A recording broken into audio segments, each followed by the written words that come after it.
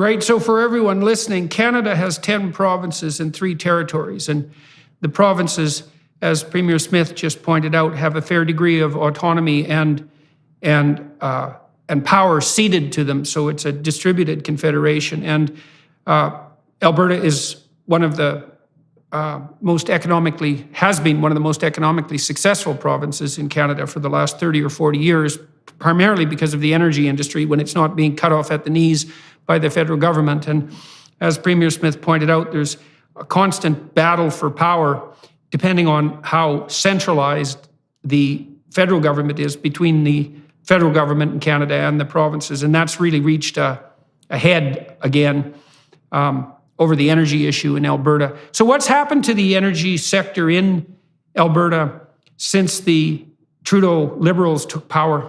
It's been devastated since 2014, and some of that is technological change. There was a new type of a development called horizontal multi-stage fracking, which allowed for us to open up massive oil and gas fields, and as a result, the prices ended up collapsing. So that happened just before the federal government got elected. So we were already struggling in this province. But then, as we've been trying to find our feet, find new markets, we have been stymied at every single step. There are multiple multi-billion-dollar transmission projects, whether it's an Energy East pipeline that was supposed to go to the Atlantic coast, or the Northern Gateway project that was supposed to go to the Western coast, or whether it's even Keystone XL that was supposed to go to the US Gulf Coast. Every single time that we have tried to find a way to get more of our products to market, we have either had a federal government that has actively canceled it, in the case of the Northern Gateway, actively stood in the way on the regulatory environment. Energy East, they'd spent $1 billion in the regulatory environment before pulling the plug because they couldn't see a way to get to the finish line.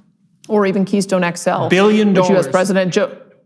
$1 billion, just in the regulatory process. And then you had the Keystone XL project as well, which US President Joe Biden canceled within 5 seconds of becoming president. We didn't have a single word of support that came from our national government. And so all of that is because of federal interference. We have the ability to develop our resources at the provincial level. So when we're talking about the subnational level of government, we have the exclusive right to develop our resources, to develop conservation policy around them. But the federal government has the right to develop the pipelines that go cross-border, and they have stymied us at every single step. And that is part of the reason we find ourselves at the impasse that we're at today. It seems a bit much to both have to deliver the money that's produced by the oil and gas industry and also to have the oil and gas industry demonized and shut down. Like, you can't have both of those, right? You could maybe get away with one, but to ask for both is just, it's funny. I used to live in Alberta. It's a long time ago now, and I would say fairly federally inclined when I lived in Alberta. I like the idea of Canada, but as I've been out in the East and watching what's been happening to Alberta over especially the last 10 years, and Saskatchewan for that matter, I keep thinking it makes less and less sense. The arrangement just makes less and less sense, especially now, especially given what's happening on the oil and gas front. It's so pathological.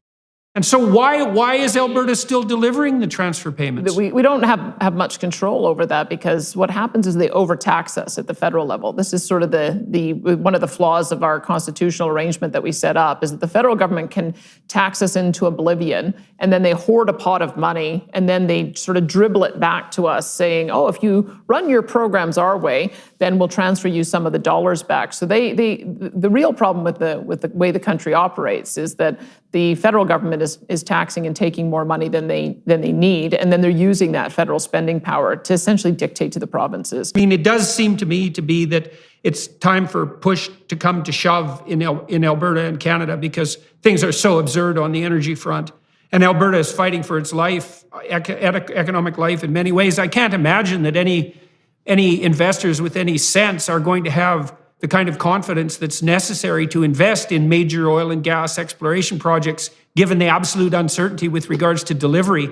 And to spend, you pointed out that in 2 different projects, $2 billion had been spent merely on trying to overcome regulatory hurdles before anything of any practical significance whatsoever was brought. It's no bloody wonder Trudeau couldn't make a business case for liquid natural gas for shots when his policies have made it bloody impossible for the entire country to produce enough oil and gas to ship to our allies in Europe, let's say, even when they're freezing in the dark.